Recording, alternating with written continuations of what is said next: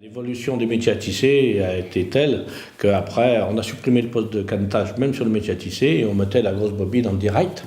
Hein, et le fil, les procédés d'insertion du fil, hein, on appelait la trame, ont changé aussi, puisque les métiers à tisser, avant c'était des métiers à navette, hein, on mettait une canette dedans, la navette faisait l'aller-retour. Hein.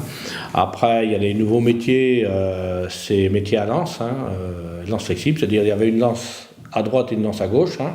Elle venait se rejoindre au milieu et tirait le fil. Il y a eu après le métier à jet d'air, hein, qui est venu.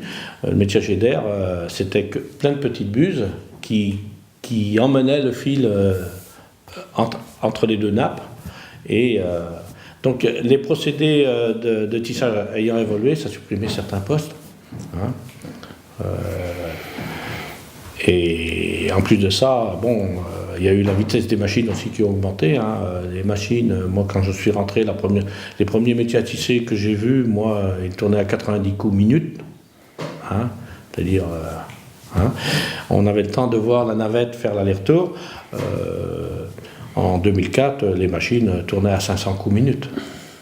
Hein. Donc là, on voyait plutôt le tissu avancé. Donc il y a eu une modernisation qui fait que on produisait de plus en plus. Et nous, on a été à produire jusqu'à la production du tissage, maximum, c'était 30 000 mètres carrés. Le longeron chalait tous les jours, en laisse de 2 mètres, à peu près. Fait un beau tapis, déjà. Donc, ça faisait 15 km de toile tous les jours, hein. Alors qu'avant, c'était beau. Donc, il y a eu une modernisation qui fait que ça a supprimé certains postes. Bon, on a gagné au niveau productivité, hein.